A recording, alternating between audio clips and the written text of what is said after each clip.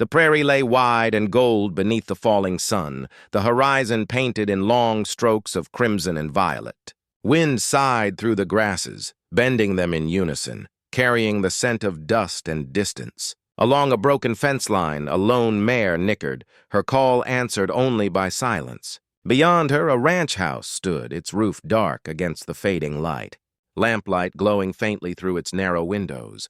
Inside, Clara Matthews sat at a small wooden table worn smooth from years of use. The pen in her hand trembled as she bent over a single sheet of paper. She had already begun and stopped twice, scratching out words that rang too cruel or too weak. This letter, once finished, would sever the promise that bound her name to another's future. Her father's voice still echoed in her ears, measured, insistent, weighted with hunger and debts. "You are our only chance. Clara, Elias Grant is a man who can save us all." The name itself carried both hope and dread. Elias Grant, a rancher of vast holdings, wealthy enough to employ a dozen men yet choosing to live alone. He had returned from war with scars that never healed, both visible and hidden. The community whispered of his fortune, but they whispered louder of his solitude, of the silence that followed him into every room. Clara had seen him only once, across a churchyard, his gaze fixed on the horizon rather than the sermon. Even then she had felt the weight of his presence, a heaviness she could not imagine binding herself to.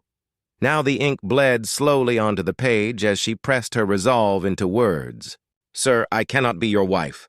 My heart does not yield to duty alone, and it would be dishonest to vow what I cannot feel." Each stroke of the pen deepened her guilt, yet also steadied her breath. She folded the letter carefully, sealing it with wax, and sat motionless for a long while, listening to the fire crackle in the hearth. When dusk fell, the ranch hand who had carried the proposal came knocking, his boots leaving dust on the threshold. Clara rose, handed him the envelope without a word, and lowered her gaze so he would not see her tears. Once he was gone, she pulled another copy of the letter from her apron pocket. She had written it only to watch it burn, a confession to flames that could not betray her weakness. She stepped outside into the cooling night, the prairie darkening around her, and crouched by the cook fire. The paper curled and blackened, flames devouring the words as sparks shot upward, like tiny voices crying against the sky. Miles away, Elias Grant unfolded the letter she had sent. His scarred hands moved with a carefulness that belied their size, smoothing the paper against the table. He read the lines once, then again, each time slower, as though some change might appear if he lingered long enough. The house was silent, the kind of silence that pressed on a man until even his breathing felt too loud. Outside, the prairie winds moaned through a half-mended fence, carrying with them the smell of an approaching storm. Elias's eyes traced the words without flinching, though the muscles in his jaw tightened until they ached. He had known disappointment before. The war had left him familiar with loss, but still the letter struck deep. For months he had considered Clara Matthews not just a bride, but a chance to build something beyond the emptiness he carried. He had not asked for her affection, only her presence, the steady rhythm of another life beside his own. Now even that modest hope had been torn from him. At last, he folded the letter with deliberate precision, as though order itself might guard him from despair. He set it down on the table, the edges aligned square, then leaned back in his chair. His gaze lifted to the rafters, to the shadows clinging there. His voice, low and rough, broke the silence. "I will not ask again." The words were not loud, yet they carried the weight of iron, final and unyielding. Beyond the walls, the land seemed to answer with a groan of wind, the fences rattling like bones. The storm gathered on the horizon, its distant thunder a reminder that the world, indifferent and vast, went on. Back at the Matthews homestead, Clara stood by the window of her small room, her hands pressed together as though in prayer. She could not hear Elias's vow, but she felt the consequence of it all the same. The fire she had fed her letter to was now only ash, the smoke long carried away into the endless night. A single star broke through the veil of clouds, faint yet unwavering, and Clara's breath caught as though the prairie itself held her in judgment. She had chosen truth over survival, heart over obligation, But even as she told herself she was right, a whisper of doubt echoed inside her. What would become of her family now? The prairie gave no answer. Only the rising wind moved, brushing the grass in endless waves, promising that this choice, though finished on paper, had only just begun. Mary Matthews had always been the quieter sister, content to work in the shadow of Clara's beauty and resolve. Where Clara's laughter could brighten a room, Mary's presence was a softer light, steady but unremarkable. Yet when Clara's refusal left their family trembling on the edge of ruin, it was Mary who found her voice. The choice was not born of bravery nor of desire, but of necessity. Hunger had a way of stripping away hesitation. The morning she announced it, their kitchen was silent except for the creak of the rafters and the faint drip of water from the pump. "I will go," she said, her words small but firm. "If Clara cannot, then I will." Her mother dropped the dish she was holding, porcelain shattering across the floor. Clara turned pale, her lips parting as though she might object, but no protest came. Their father lowered his head into his calloused hands, weariness bending his shoulders as if the weight of debt itself had pressed him there. Mary's heart thundered, yet she did not falter. She could see the hunger in her younger brother's eyes, the hollowness in her mother's cheeks. Clara's refusal had preserved one heart, but it had left 5 others at risk of breaking. Mary did not believe in grand gestures, but she believed in survival. Within the week, she packed her few belongings into a worn carpet bag. Clara tried to stop her on the morning of her departure, thrusting a small locket into her palm. "It should be you," Clara whispered, her voice breaking. "Not me," Mary answered, closing her sister's fingers around the chain. "It's too late for regret." The train whistle cut through the dawn air, a cry that seemed both mournful and commanding. Mary boarded with shaking hands, the wooden steps cold beneath her boots. Inside, the car smelled of iron and coal, and the benches were worn smooth by countless travelers before her. She pressed her forehead against the window, watching the land slip past, the tired fields of home giving way to endless plains, then to the red rock of the desert. The journey stretched for days, each mile echoing with the steady rhythm of wheels on rails. Mary's fear pressed against her ribs, but beneath it throbbed something else, an unformed hope, fragile and insistent. She prayed quietly at night, not for love, but for kindness, for a chance to build a life that might not crush her spirit entirely. When at last the train slowed at a lonely station, the platform nearly swallowed by prairie dust, Mary's throat tightened. He was there. Elias Grant stood apart from the few townsfolk gathered, tall and somber, his black coat dusted from the ride. His face was rough-hewn, handsome in a way tempered by hardship. The scar that cut along his jaw did not soften him, but it did not make him monstrous either. His eyes were dark, steady, and far older than his years. Mary stepped down from the train, clutching her carpetbag like a shield. Elias's gaze fixed on her, not unkind, but piercing. He removed his hat as she approached, his voice low when he spoke. "You are not Clara." The words landed like stones. Mary forced herself to meet his eyes. "No, sir. Clara could not come." She swallowed, her throat dry. "But I am her sister. I will be your wife if you'll have me." For a long moment, Elias did not answer. The wind tugged at his coat, dust swirling between them. Mary's heart raced, each second a reminder of how alone she was. She had left everything behind for this single uncertain step. If he refused, she had nowhere to go. Finally, he reached for the carpetbag, his grip firm yet measured. "Then it is you I have been given," he said, as if pronouncing a judgment rather than accepting a gift. Mary exhaled, though the air felt no easier to breathe. She followed him across the platform toward a waiting wagon, the creak of its wheels loud in the silence. He did not look at her again as they climbed aboard, but his presence filled the space between them, heavy and unyielding. The wagon jolted forward, carrying them across the open land. Prairie stretched endless on all sides, the horizon broken only by storm clouds gathering in the distance. Mary folded her hands tightly in her lap, her gaze fixed on the shifting sky. She did not speak, nor did Elias, yet the air between them bristled with questions left unsaid. She wondered if he hated her for not being Clara. She wondered if he saw her as a betrayal or a chance. More than anything, she wondered if she could endure the weight of the life she had chosen. The wind rose, rattling the wagon's frame, as though the land itself had caught their secret and was carrying it forward. Mary lifted her chin, steadying herself against the storm. Whatever came, she had stepped onto this path with eyes open. And though Elias Grant was a stranger, bound to her by duty rather than desire, she knew that the journey ahead would either break her or shape her into someone she had never dared to imagine. The wagon creaked over rutted ground, the horses straining against their harnesses as Elias guided them westward. The land unfolded around them in a vast, untamed sprawl, endless grass rippling in the wind, ridges of stone darkening under the bruised sky. Mary sat beside him, her carpetbag at her feet, her hands clasped tight in her lap. Every jolt of the wheels reminded her how far she had traveled from home and how little she knew of what awaited. Elias said nothing.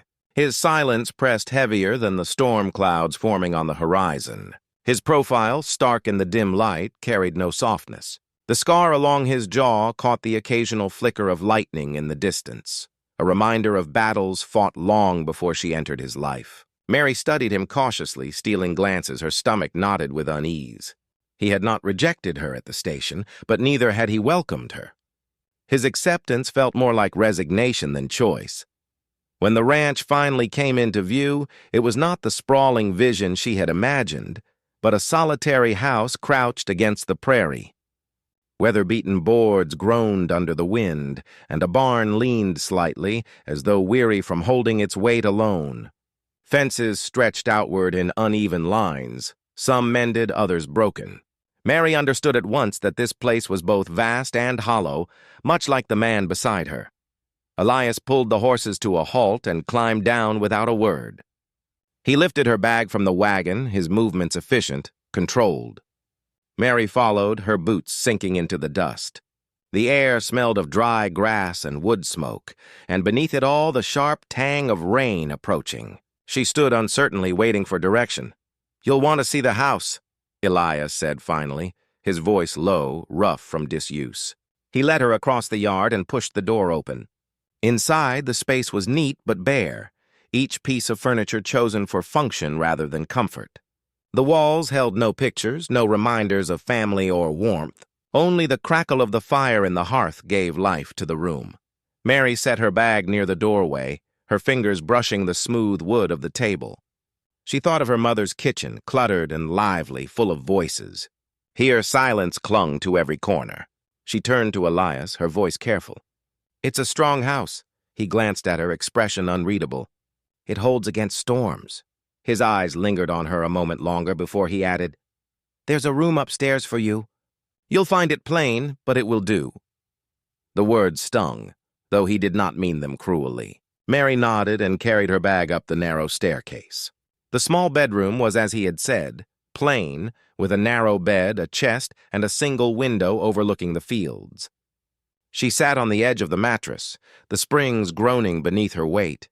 The silence pressed close until she thought she might suffocate.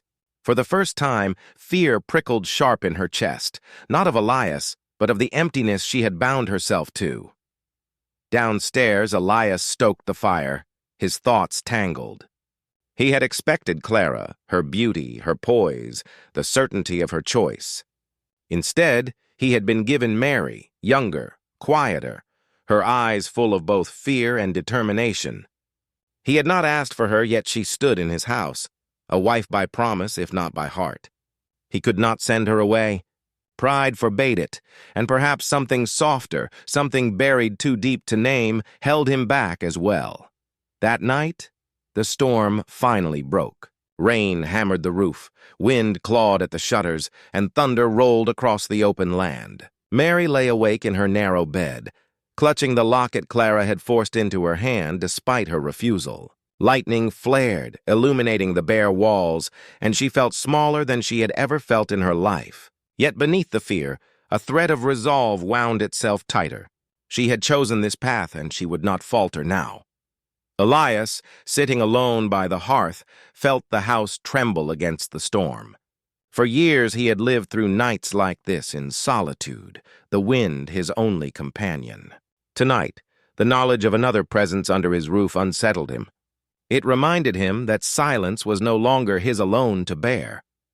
When morning came, the storm had passed, leaving the land washed clean and glittering with dew.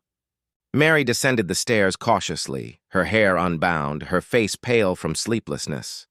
Elias was already at the table, a cup of coffee steaming in his hand.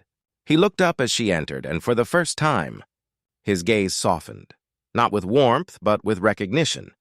"You're strong," he said simply, as though testing the truth of it aloud. Mary met his eyes, her voice steady despite the weight pressing her chest. "I'll have to be." He gave a slow nod as if accepting not just her words, but the unspoken promise behind them. Outside, the prairie stretched wide, the fences still broken, the land still waiting. But within the house, something had shifted, faint as the dawn light through the window. Neither of them spoke further, yet both knew the storm had carried more than rain. It had delivered the beginning of a life neither had expected, a bond forged not by love, but by endurance. And endurance, they both understood, could grow into something far stronger. The days that followed unfolded with a rhythm both strange and relentless. Mary rose before dawn, her body aching from the hard mattress, but her spirit unwilling to yield. She took to the chores as if the land itself demanded her strength, hauling water from the pump, gathering kindling, scrubbing floors that never seemed to lose their dust. Each task was new, yet none were foreign. Labor had shaped her since childhood. What unsettled her was not the work, but the silence in which it was done. Elias moved about the ranch with the efficiency of habit, his presence filling every space without words. He mended fences, tended the cattle, and rode the fields as though the land were an extension of his own scarred body. When he spoke, his voice was measured, carrying neither kindness nor cruelty, only the weight of necessity. "The south fence won't last the season," he muttered one morning as they stood by the corral. Mary nodded, unsure if he expected a reply. He glanced at her then, a flicker of something unreadable in his eyes, before turning back to the task at hand. At meals, they sat across from each other at the long wooden table. The food was plain, bread, beans, sometimes dried meat, but Mary did her best to make it decent, seasoning what little she had, arranging the plates neatly. Elias ate in silence, his gaze fixed on the fire or the window, as if conversation were a luxury he could not afford. Still, she noticed the way he finished every bite, never leaving her efforts untouched. It was not praise, but it was acknowledgement, and for now, that was enough. Nights were the hardest. The house groaned under the prairie wind, and Mary lay awake listening to the footsteps below as Elias paced before the fire. Sometimes he sat for hours unmoving, as if trapped by thoughts he could not escape. She longed to ask what haunted him, but the distance between them was wide, and she feared to cross it too soon. Instead, she clutched her sister's locket and whispered prayers that tomorrow might bring some small thaw in his silence. Yet it was not only silence that bound them, it was also necessity. One afternoon, as clouds gathered heavy in the west, Elias saddled the mare and gestured for Mary to follow. "Storm's coming," he said. "We need the herd closer to the barn." Mary hesitated, unused to riding, but determination pushed her forward. She mounted awkwardly, clinging to the reins as the wind rose. Together they drove the cattle across the fields, Elias riding with practiced ease, Mary struggling to keep pace. Her skirt snagged against the saddle, dust stung her eyes, and more than once she feared she would fall. But when the last steer crossed into the pen, Elias turned to her with a brief nod. No words passed his lips, yet his gaze lingered, carrying something like respect. That night, as rain battered the roof once more, Mary felt a flicker of pride burn beneath her exhaustion. She had not been merely tolerated, she had been tested, and she had endured. It was a small victory, but it belonged wholly to her. Still, the silence between them persisted, and with it, the shadow of Clara's absence. Mary knew he had not forgotten her sister, and each time his gaze slipped past her, she wondered if he saw only the woman who should have stood in her place. The thought gnawed at her, yet she did not let it consume her. Instead, she held fast to the truth she had chosen. This was her life now, and she would not falter. Elias, though he did not say it, felt the shift as well. He had expected fragility, a girl who would crumble under the weight of ranch life. Instead, he found resilience in Mary's steady hands, in the way she rose each morning without complaint. Her quiet strength unsettled him, not because it was lacking, but because it stirred something long buried, a recognition of companionship he had not allowed himself to hope for.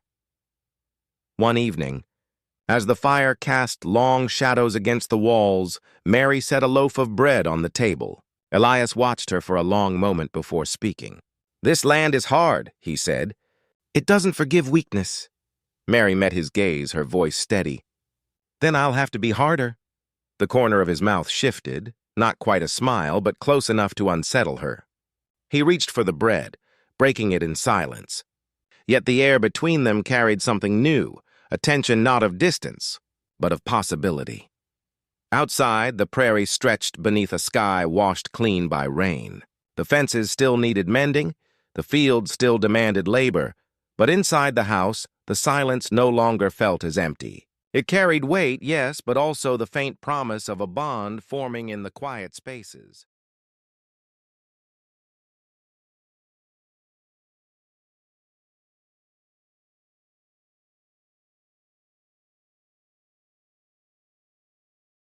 Mary lay awake that night, listening to the steady hum of the wind. For the first time, she felt not only fear, but also a strange anticipation, as though the land itself had begun to test them both, and neither had yet been found wanting.